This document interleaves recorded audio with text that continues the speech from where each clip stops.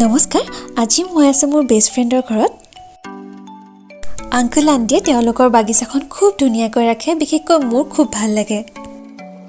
গতিকে তেওঁলোকৰ ধুনীয়া বাগিচাখন আপোনালোককো দেখাও বুলি ভাবিলো চাওচোন আহক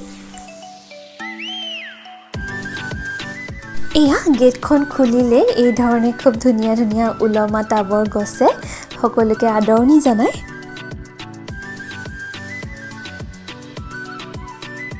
প্লাষ্টিকৰ কণ্টেইনাৰ বটল বাস্কেটবোৰ ইমান ধুনীয়াকৈ ব্যৱহাৰ কৰিছে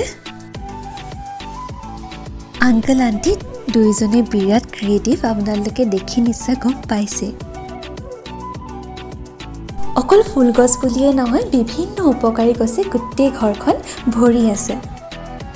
ইমান কম জেগা কিন্তু ইমান হোপা গছ আছে গোটেইখন কিবা আশ্ৰমৰ নিচিনা লাগে মোৰ আহি খুব ভাল লাগে জামু গছ আছে আমলখি শিলিখা জলফাই পৰামলখি নিম কঁঠাল কল মধুৰি তেজপাত ডালচেনি আৰু কত যে কি আৰু প্লেণ্টাৰবোৰ ইমান ধুনীয়াকৈ ৰং কৰি থয় আৰু খুব ধুনীয়া ধুনীয়া কিছুমান ছবিও আঁকে আঙ্কলে মই কৈছোঁ আঙ্কল আন্টি বিৰাট ক্ৰিয়েটিভ আৰু ভিতৰতো বিভিন্ন গছ আছে মই আটাইবোৰ আজি নেদেখাওঁ আৰু তাতো ইমান প্লেণ্টাৰবোৰ ইমান ধুনীয়া ধুনীয়াকৈ ৰাখিছে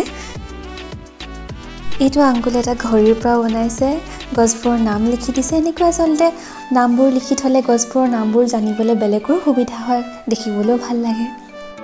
আৰু এয়া হৈছে আঙ্কুলৰ নতুনকৈ হ'বলগীয়া নাৰ্চাৰীখনৰ কাৰণে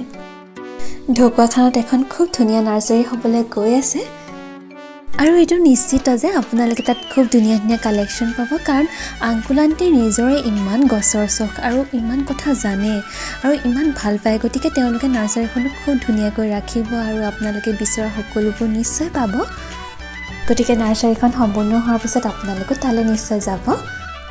এয়া মোৰ মৰমৰ আঙ্কল আন্টি আৰু তেওঁলোকৰ এই ধুনীয়া বাগিচাখন